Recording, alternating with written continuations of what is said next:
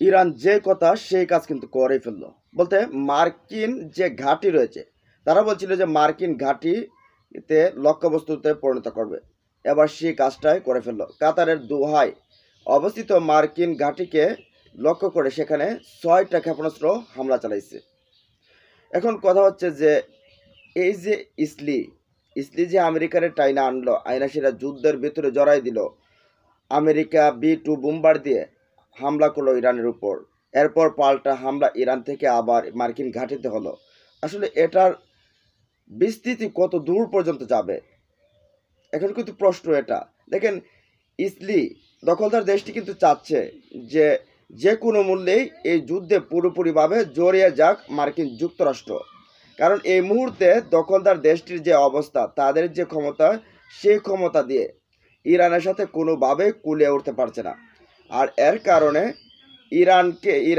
ইরানের উপর মার্কিন যুক্তরাষ্ট্রকে জোর করে এক পর্যায়ে টেনে হেঁচড়ে নিয়ে আসছে এই দখলদার দেশটি।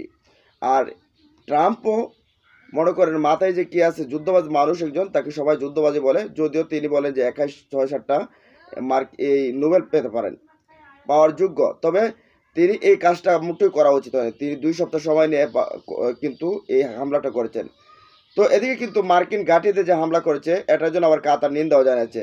আবার ইরানকে ধন্যবাদ জানিয়েছে যুক্তরাষ্ট্র এটার জন্য। তো আসলে কি হতে যাচ্ছে আসলে বোঝা যাচ্ছে না। ইরাকে অবস্থিত মার্কিন ঘাঁটিতে ক্ষেপণাস্ত্র হামলা চালিয়েছে ইরান। শুধু ইরাকে যে অবস্থিত এটা না, কাতারেও অবস্থিত হয়েছে, এটা তো ইরাকেও 2টা ঘাঁটিতে কিন্তু হামলা চালিয়েছে ইরান। স্থানীয় সময় সোমবার 23শে জুন সন্ধ্যায় এই হামলা হয়।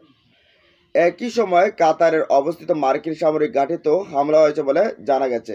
ইসরায়েলি এক কর্মকর্তার বরাতে মার্কিন সংবাদ মাধ্যম এক্সকিউজ নিউজ জানায়, কাতারের রাজধানী দোহায় অবস্থিত মার্কিন ঘাঁটিতে হামলা হয়েছে। খবরে বলা হয় এই ঘাঁটি লক্ষ্য করে অন্তত 6টি ক্ষেপণাস্ত্র নিক্ষেপ করেছে ইরান। তবে মার্কিন ঘাঁটিতে এখনই হামলাটার পক্ষে বিশেষ করে আমি না।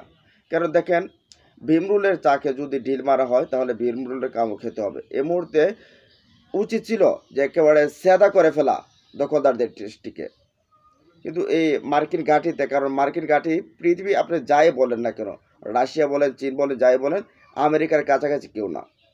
এখন আমেরিকা যদি জেদ করে এই ইরানের উপর যদি তারা বোম্বিং শুরু করে, তাহলে বিশাল খেসারত ইরানকে দিতে হবে। ওদিকে যদি মার্কিন ঘাঁটিতে হামলা না করে যদি ইসলিকে একেবারে দফা দফা করতো, তার সাথে সাথে হরমুজ প্রণালীটাকে বন্ধ করে রাখতো, তাহলে এমনিই সাপের মতো সবগুলো সোজা হয়ে আসতো। এবার আপনারা কি বলবেন, আপনাদের মতামত আপনারা জানাবেন।